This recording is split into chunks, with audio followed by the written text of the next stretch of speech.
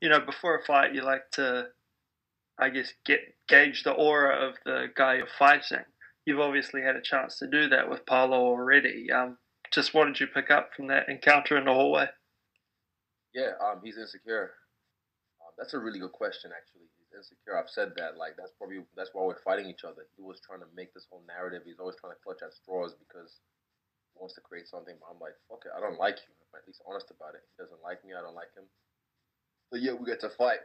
But the energy in the hallway, like someone that you've been barking at behind the fence, when you see them, you've seen me. I've never barked at him. I've always just responded to him, but he's always reacted to me. So when he saw me in real life, what did he do? Submitted to me. I had him and Waleed giggling like little girls. I know us media types are really hyping this fight up. How do you see it as? Do you see it as big a deal as it's sort of being made out to be? I think the muscles fool everyone. The muscles and the whole flurries and fighting punching bags fools everyone. Everyone thinks like, oh, this is the biggest fight. I'm like, nah. Well, I already had the fight of the middleweight division, which was Kelvin Gastelum. I've already had the biggest fight in the middleweight division, crowd-wise, which was Robert Whitaker, badass knockout. But yeah, this fight's just gonna be a showcase. I'm gonna make it look easy. A lot of people are gonna be shocked by that. And I heard you saying in the earlier media conference that you've already told Jared Cannonier that if he gets past Rob, then he'll be next. Was that like direct contact you had with Jared? Like, how did that come about? Yeah, I just DM'd him and I followed him maybe last year, early this year sometime, and I followed him. And I mentioned, no, I followed him on Instagram earlier this year sometime, and then I saw that he's always been reacting to my stories and showing me love and props and praises, and I'm just like, I've always known he's a good sort. He's of a good aura, but everyone. And yeah, I felt like there's no need to be bad blood to fight someone. He's been the dark horse of the division for so long, and it's just like, yeah, I look forward to challenges like that. Me and my coaches have had my eye on him for a while, and his resurgence at middleweight being proven to be a unstoppable force. Wow. Well, good, mate. That's all from me. Thank you very much. So, Chris. We'll take our next questions from Peter Carroll. Your line is open. Hello, Izzy. How you doing? Oh, what's up? I'm just wondering, I was at the fight in Melbourne against Whitaker, and I thought that entrance was something that transcended the sport. It went on to, millions of hits all around the world. And now Dana has said he doesn't love them. Does that surprise you, the fact that he doesn't love these moments that seem to take on a whole new fan base for the sport and you? No, not really. I mean, they did shut me down for UFC 234, the silver fight, when I became the main event. But when it was 243 and I was the main event, and I was the headliner, I told them I'm not doing this my way or no way. But yeah, I mean, preferences. Everyone has their preference, and I like what I like. Is it safe to say, without the crowd in attendance in Abu Dhabi, there probably won't be a similar festive kind of entrance, or do you have something up your sleeve for us? No, I mean, for me, I'm focused on the fight. To be honest, I've always been focused on the fight. But without the crowd, I still had, this idea with Jet Li from Unleashed in my mind. The way he walked to the arena and then his trainer took the collar off him and unleashed him onto the opponent. I had that in mind. It doesn't have to always be something big. Like my last one was quite subtle. It was pretty big, but I didn't really do much. But yeah, little things. But for me, I don't know. Whatever my ancestors flowed through me, I might let it flow. But I'm telling you, I'm focused on this fight right now. You mentioned Jared Cannonier just moments ago. We were speaking to Eugene just on Monday, and he was kind of looking at how the middleweight title picture could come together over the next few months. And he said if Whitaker was to beat Cannonier, he might be next in line, and that could prompt you to maybe have a look at the 205 division. Is that something that could happen if Whitaker is the natural next contender? He keeps giving these ideas and telling me about them. Let me see. I like middleweight. I don't need to move up in weight unless I want to showcase. But if Whitaker somehow destroys Cannonier and Enna says he's next in line, then I'm getting knocked out again for a third time.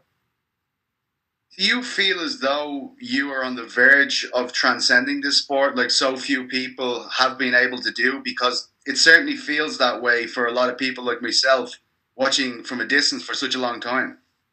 Yes, yes. The last fight was supposed to do that. The last fight was the big one because of the build up and the ESPN and all that kind of stuff. I feel like I needed a valley in my story, and that was my valley, and now it's time to rise again with the new Puma deal and everything that's going on. This is the time. This is going to shoot me into the next stratosphere. And can I just finally ask about the billboard we saw in Nigeria? How does that feel to see that love coming from Africa as well? I know it means a lot to you. Yeah, that's dope because it's not just one. It's like heaps, and there's even like in the malls those advertising boards that you walk by in the mall. There's heaps of them around, so it just shows the push that I'm getting over there, and I love it. And I love the fact that people from Nigeria always show me love. They always show me love. Thanks so much, Izzy. We'll take our next question from Bruno Carvalho. Hi, how are you? Oh, what's up, Bruno? Hey, and over the past 2 years has been a lot of trash talks between you and Paulo. And I would like to ask you how much is part of the show and how much is something personal between you two. If you look at it, you can really ask yourself who's been doing the trash talking, who's been the one posting stupid memes that aren't even that creative, who's been the one posting videos and putting the effort into trying to create something. I just said I don't like the guy because I don't like his vibe. I don't like the way he looks. And I'm honest about it. It's not personal. He's always trying to create something. The reason why he doesn't like me. He doesn't really have anything. But they just say, I don't like him. I don't like his style. I don't like him. But it's never personal. It is what it is. The difference is I get to settle in with him this weekend. Oh, okay, and my last question is about Anderson Silva is about to retire, and I know you are a huge fan of him. I would like to ask you how he inspire you, your career in MMA, and how it's important to you have the same title that he had been. Oh.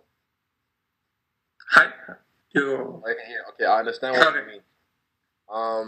Anderson Silva, yeah, he's the guy that I looked up to in this game, and I was in awe for so long.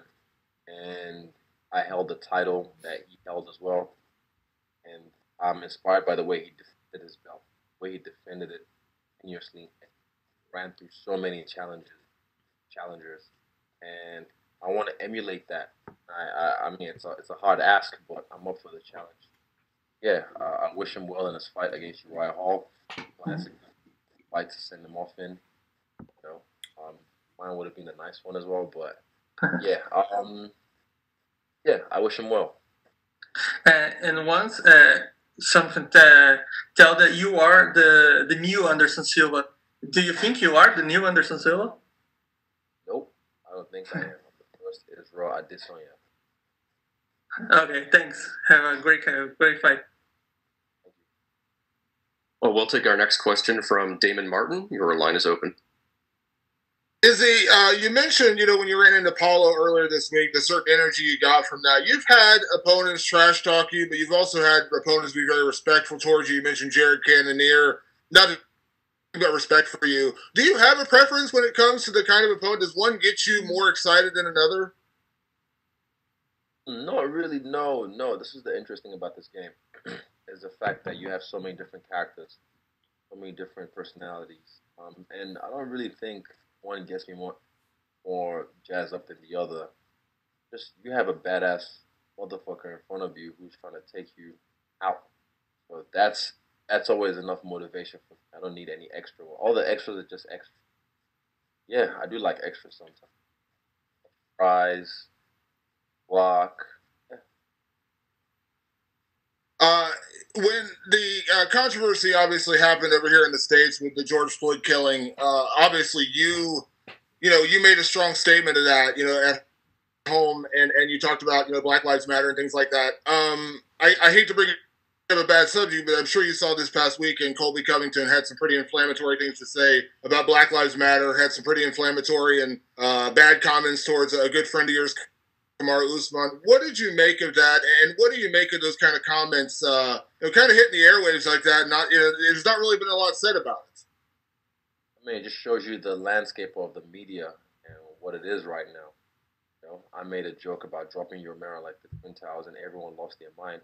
And if I said that, the joke, and it was pretty funny, but people took it as like I was being offensive and like digging, but I was making a joke.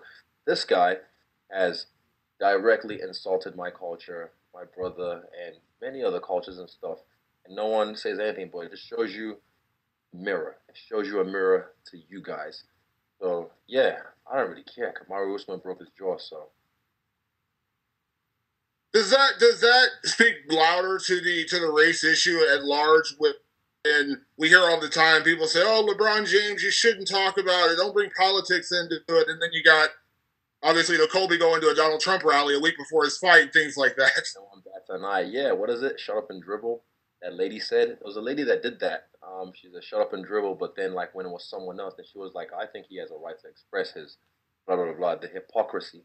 Yeah, like I said, it's a mirror, so you should look into the mirror. And last thing for me is, you've obviously already made a name for yourself in this sport. You got this Puma deal, which is a very big deal, and you mentioned it before, keeping a level head, but understanding what comes along with superstardom. Are you feeling that now? I mean, as you sign these bigger deals, as you get these headlining fights, are you kind of feeling that superstardom? And how has life, adjusted for you as you try to stay the same person, but understand that, you're going to have that brighter spotlight on everything you say and everything. Oh, did you burp? Oh. Can you hear me? Sorry. Oh, no, I could hear you. I just thought you burped or like. No, I didn't. I promise I didn't. For me, it's just the same as always, to be honest, because every fight is the same thing. It's always bigger and better and bigger and bigger and bigger. So, yeah, it's never, I've never shied away from it. I've always embraced it because I've prepared myself for this jump before I got in the UFC. I knew this was going to happen when I got here, and here it is. So I'm just embracing everything and soaking it all in while I can, because when it's all said and done, I want to look back on it like, I was there, not like. The media again. Like sometimes unfortunately it's work. But you have to find the silver lining. Yeah, I just enjoy it as I comes. Thanks, Izzy. It's all good. Thank you. We'll take our next question from Ezekiel Bergonzi. Your line is open. Hey Israel, how are you? Very well. What's up? How was it? Traveling to Abu Dhabi was easy. Traveling to Abu Dhabi was a breeze thanks to Emirates. Plug. But we need to talk to them. Emirates. Talk to them. But oh my bad. Fuck. No. I know Etihad. Fuck. Oh damn it. I plugged them wrong on the thing. Damn it. On Etihad. And Etihad's like quite new, that's why. Emirates is always I just my check. Anyway, what was I saying? It was a sweet flight, just being on Etihad Airlines and being able to relax and just not have your legs swollen. As a 6'4" behemoth myself, quite nice to be able to lie down most of the flight. And do you change your perception about Paulo Costa when you cross him in person there in Abu Dhabi, or not? You just confirm some feelings you have about him? Latter, I confirmed some feelings I had about him. It didn't change my perspective of him, but I confirmed because I already knew he wasn't about that life. He's always there when I fight. My last 2 fights, barking like a dog behind the fence. I knew that when the fence door opens, he won't be able to back up what he's talking about. So, I was right there. I called him skinny, and he just giggled and I see you later, bro. Fucked off. You are the first MMA fighter to be an ambassador for Puma. How do you feel about that? Being on these big brands, being sponsored by this, because for example, Neymar is right there. So you are now with these big athletes of the world. How do you feel about that?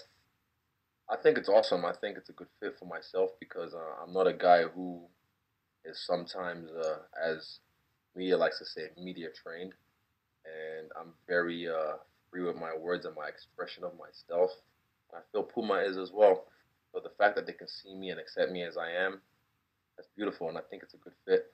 Yeah, it's a dope partnership. It's an honor to be working with them, and I can't wait till this weekend. And after I'm done with Costa, we'll have to talk again.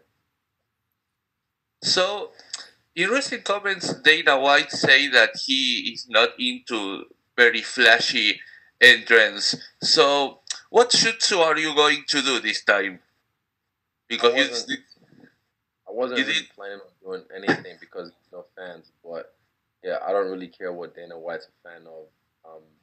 I just care about what I like and expressing myself. I wasn't really planning on doing anything. I just wanted to. I was focused on the fight on this one.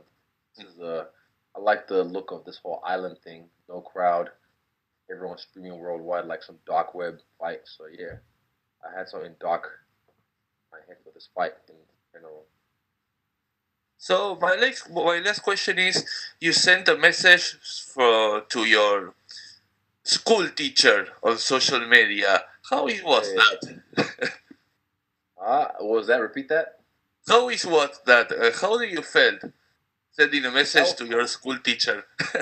One of my school teachers, he actually used to come to our house when we briefly stayed in Ghana on our transition to New Zealand. He actually came to our house and tutored us as well after school. So yeah, for him, it was cool. It was always nice to me. Yeah, he caned us a lot, but he was always a cool teacher. But yeah, it was. I don't know. How did that feel? Wholesome. It felt wholesome. Thank you and good luck on Saturday. Cool. That's. Thank you. And we'll take our final questions from Alistair Bishop. Your line is open. Izzy, how are you, sir? Bro, how are you? I'm fantastic, thank you. My first question, Izzy, it's been labeled by many people as a brawler versus technician in this matchup. Do you think there's more to it than that?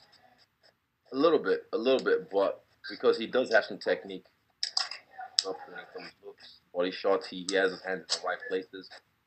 But it's just the levels. There's levels to this. There's levels to this, and I just want to showcase that. And after your fight with Romero, do you think this is stylistically the kind of fight you need to remind the world of your skill set? 100%. And I feel like Roy Jones when he said Yoma forgot. Because, yeah, people forget, and fans are fickle, sometimes dumb and droves. So I feel like I just have to remind them so they can be like, oh my God, oh, Israel's so good. Wow. Oh, by the way, I destroyed this guy. But one of the things that also keeps being brought up is someone's O's got to go. How important is it to you to keep that undefeated record?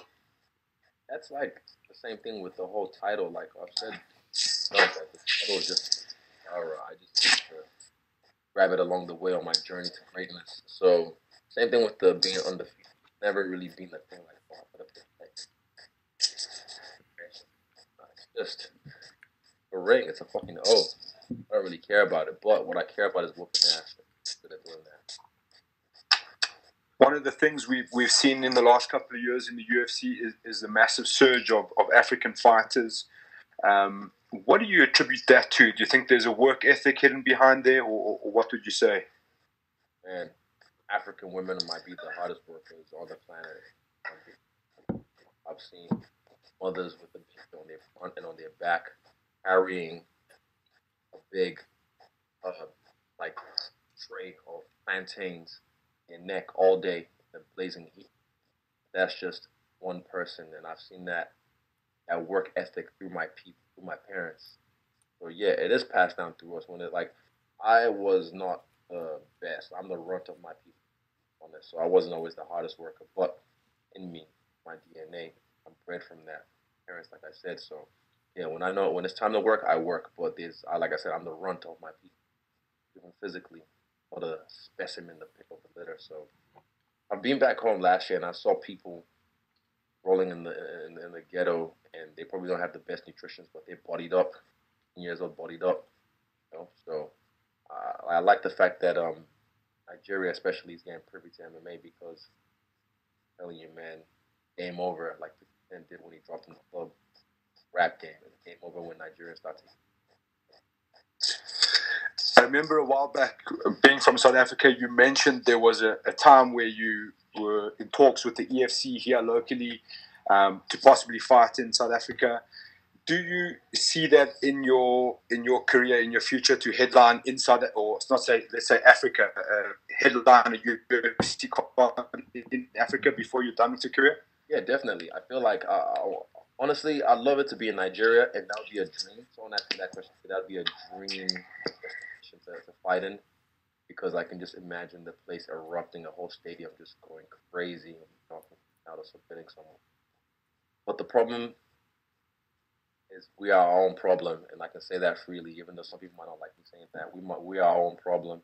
A lot of red tape in Nigeria, and sometimes a little bit of corruption, which is getting cleaned up, but we are our own problem. So I feel like South Africa still has its own problems, as every country in the world does.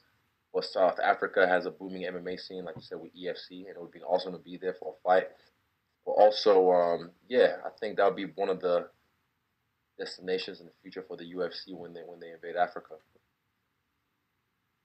And the last one for me, Izzy, what advice would you have for young African fighters trying to make their way to the UFC?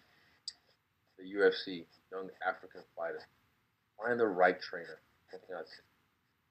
Find the right trainer. It's not about getting hit on the other guy back. It's not about how hard you can hit, how tough you are. Those are all great attributes. Finding the right trainer, because I had that in my own career. I was living in Wanganui. My first trainer, I realized he just wanted me to do Muay Thai, and I wanted to do MMA. He didn't even like me doing my first MMA fight. I realized that he tried to shape me to fight like him, his style, and I knew early on that this was not the guy to take me to where I needed to go. I went out and I seeked the right trainer, and I'm blessed that I found you, Chairman. I tell them, it'll be hard right now because it's a young sport, Africa in general.